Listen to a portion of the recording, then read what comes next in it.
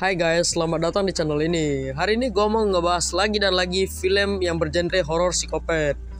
Buat kalian yang baru bergabung di channel ini, jangan lupa like, comment, and subscribe-nya. Film ini cukup terkenal pada masa itu. Film yang berjudul Psycho ini dirilis pada tahun 1960. Oke, bagaimana ceritanya? Langsung kita masuk ke alur ceritanya. Di awal film kita disajikan pemandangan dua pasangan yang bukan muhrim ini baru selesai melakukan pembajakan sawah.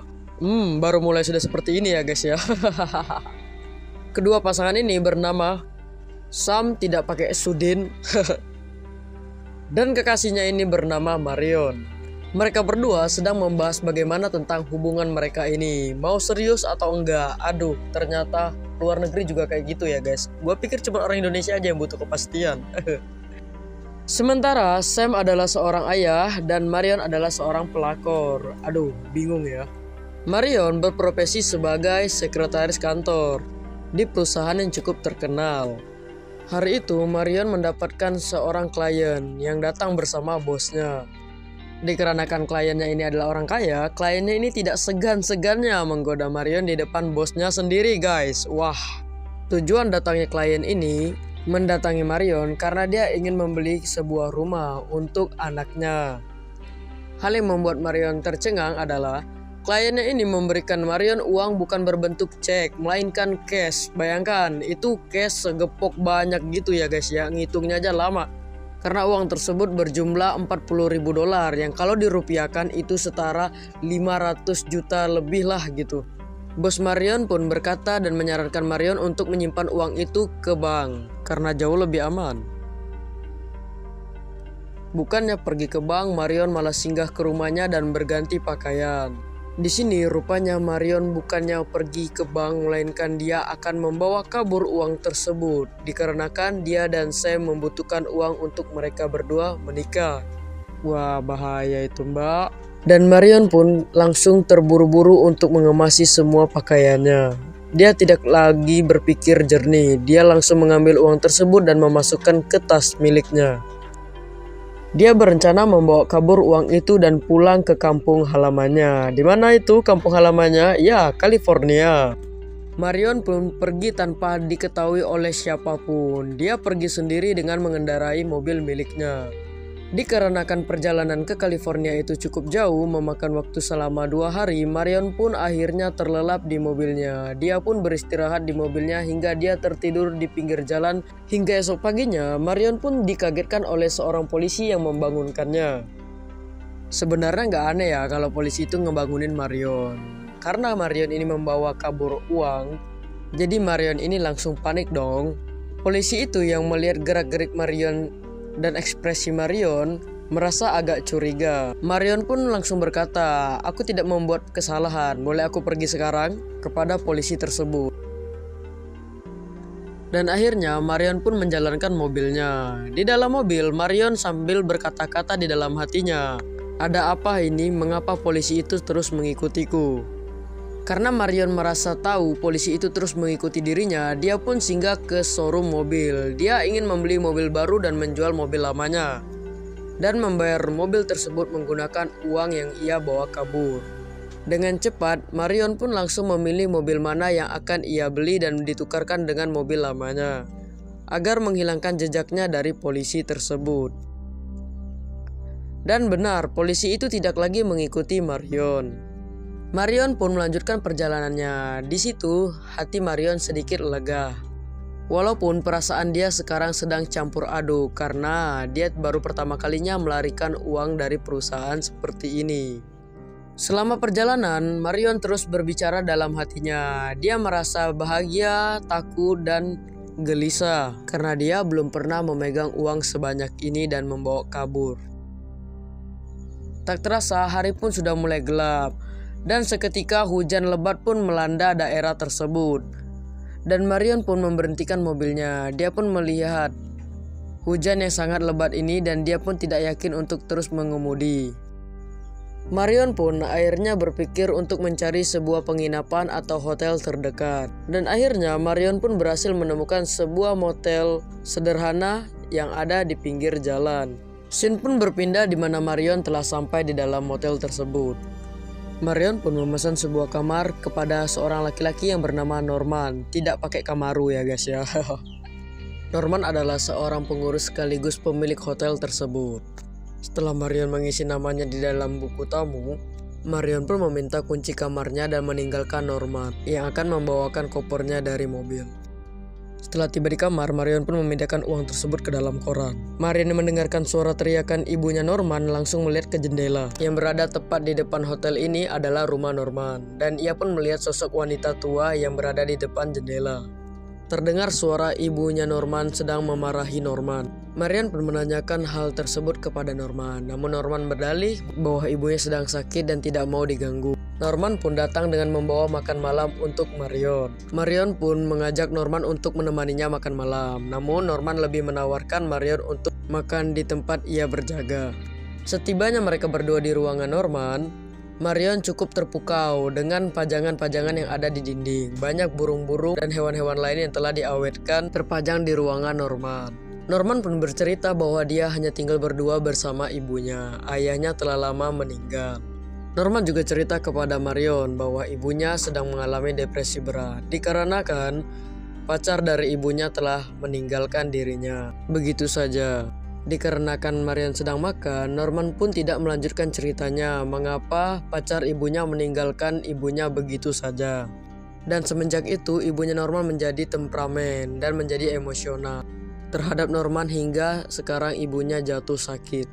Marion pun menyarankan Norman untuk membawa ibunya ke rumah sakit untuk dirawat atau direhabilitas seperti itu. Norman pun tidak menyetujui hal tersebut karena dirinya masih mampu mengurus ibunya. Mendengar jawaban Norman, Marion pun merasa tidak enak hati dan pergi meninggalkan Norman ke kamarnya untuk berganti pakaian dan sembari membersihkan diri karena dari perjalanan jauh dia belum mandi selama 2 hari. Itu pasti apamnya udah asem banget ya. Ternyata ada udang di balik bakwan ya guys ya. Gue di sini sampai berpikiran negatif. Gue pikir Norman bakal ngintipin Marion mandi. Ternyata dia melihat ke arah rumahnya. Dia melihat jendela, melihat ke arah ibunya yang berada di rumahnya. Dan Norman pun langsung menutup lubang tersebut. Ia langsung kembali ke dalam rumahnya untuk mengecek keadaan ibunya yang berada di kamar. Saat Marion sedang mandi, ternyata di balik tirai tempat mandinya Marion telah berdiri sebuah bayangan wanita yang membawa pisau dan membuka tirai tersebut dan akhirnya membunuh Marion. Di sini kalian pasti udah bisa nebak dong ya siapa wanita ini. Marion sempat memberi perlawanan, namun sayang Marion pun tewas di tangan wanita tersebut. Saat Marion terjatuh, Marion sempat menarik tirai kamar mandinya hingga putus. Norman yang merasa ibunya sudah tidak ada lagi di rumah, dia pun langsung mengejar ke kamar Marion dan melihat bahwa Marion telah tewas. Dengan ekspresi datar, Norman pun membersihkan jasad Marion. Norman memasukkan jasad Marion ke dalam bagasi mobil Marion sendiri, beserta uang yang Marion curi. Norman mengendarai mobil milik Marion dan membawanya ke sebuah danau untuk ditenggelamkan agar jasadnya tidak ditemukan oleh siapapun. Norman yang melihat situasi telah aman, dia masih berdiri dan menunggu mobil Marion tenggelam habis hingga ke dasar. Norman terus memandangi mobil itu hingga mobil itu habis tenggelam di dalam air. Usai melakukan hal tersebut, tampak dari ekspresi Norman melihatkan wajah yang tersenyum, menandakan dia tidak menyesal melakukan itu. Beberapa hari kemudian, datanglah seorang wanita yang bernama Lila. Lila adalah kakaknya Marion. Lila menanyakan kepada Sam mengapa adiknya tidak pulang beberapa hari ini. Karena Sam juga tidak tahu akan keberadaannya Marion, mereka berdua pun akhirnya menyewa seorang detektif untuk mencari tahu di manakah Marion berada. Setelah perbincangan cukup panjang, akhirnya detektif itu pun memulai pencariannya mencari tahu keberadaan Marion. Detektif itu memulai pencariannya ke sebuah motel-motel yang mengarah ke California, karena California adalah kampung halamannya Marion ya. Dan pada akhirnya setelah melakukan perjalanan cukup panjang, detektif itu pun berhasil menemukan hotel milik Norman. Dia pun menanyakan kepada Norman, pernahkah seorang wanita yang bernama Marion menginap di hotel ini? Dan Norman pun berkata tidak jujur. Dia tidak mengiyakan bahwa sebenarnya ada seorang wanita yang bernama Marion pernah menginap di sana. Namun sayangnya Norman tidak begitu pintar. Dia lupa menghapus nama Marion di daftar buku tamu. Detektif itu mencium bau-bau mencurigakan dari Norman, karena akhirnya dia menemukan nama Marion tertera di dalam buku tamu. Dan akhirnya Norman pun berkata jujur. Dia mengatakan memang pernah Marion menginap di hotel miliknya ini. Norman mengatakan bahwa Marion hanya singgah sebentar lalu pergi. Marion tidak menginap cukup lama di hotel ini. Merasa belum puas dengan jawaban Norman, detektif itu pun mencoba berkeliling dan melihat rumah Norman yang berada di depan hotel tersebut. Dia melihat bayangan ibunya Norman yang menghadap ke arah jendela. Norman langsung menghentikan langkah detektif itu dan mengatakan bahwa ibunya Norman sedang sakit. Dia tidak mau diganggu. Setelah menjelaskan apa yang Norman katakan, detektif itu pun meninggalkan Norman. Dan akhirnya detektif itu mencari sebuah telepon umum yang berada dekat hotel tersebut. Sesampainya di telepon umum, detektif itu pun menelpon Lila. Dia memberitahukan sebuah informasi kepada Lila bahwasannya Marion pernah singgah ke motel tersebut dan memberitahukan alamatnya kepada Lila dan Sam.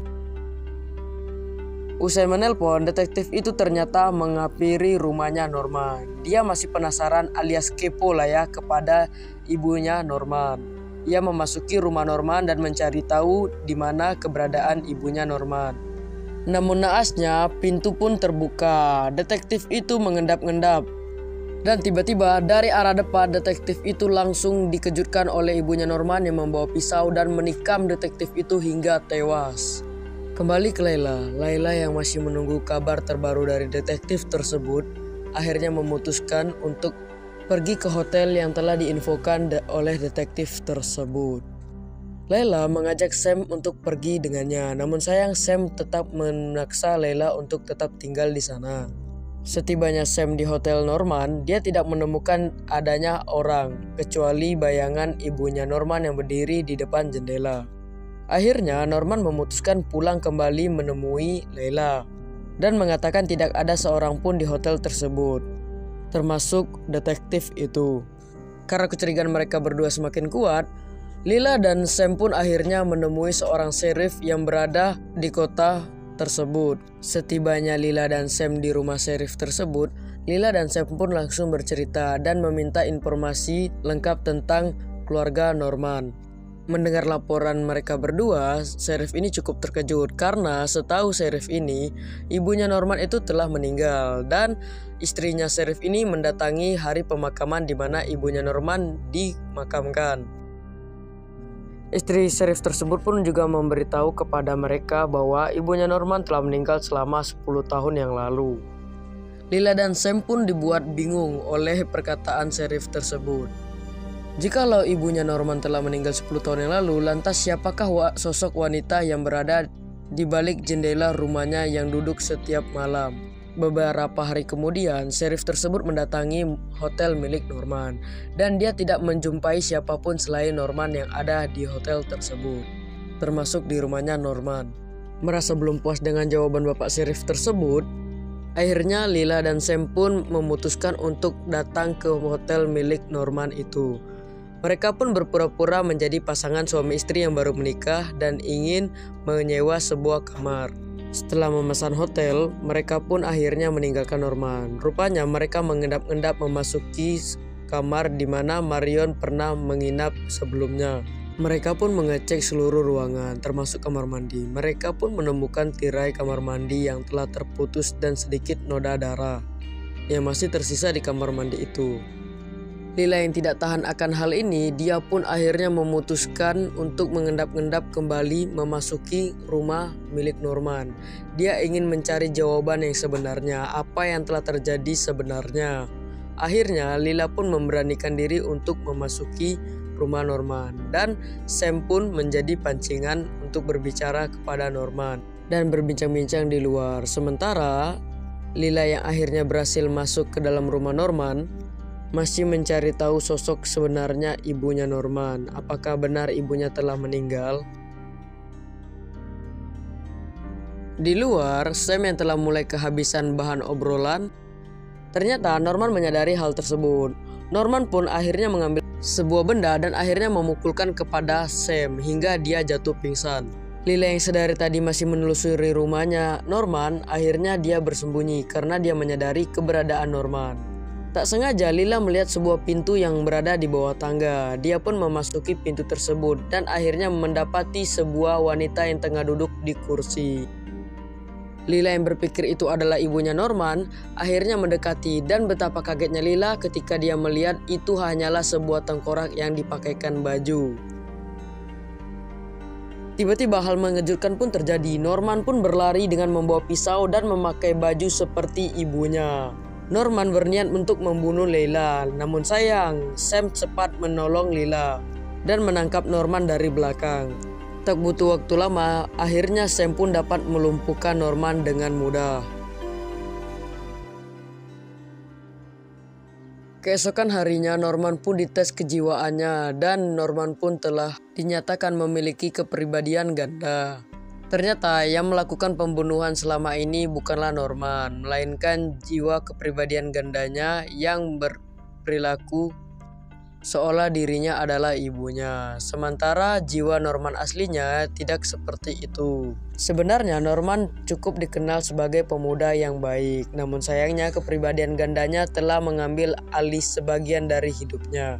Wah, berarti kita tertipu ya guys ya. Gua pikir itu tadi beneran ibunya Norman. Tapi keren sih bagi gua karena ini film Psycho pertama yang rilis pada tahun 1960 dan menduduki rating terbagus pada masanya.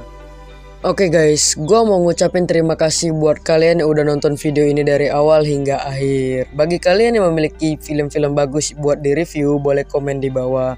Gue juga minta maaf jikalau video ini memiliki banyak kekurangan. Oke, gue Ananda cabut, thanks banget.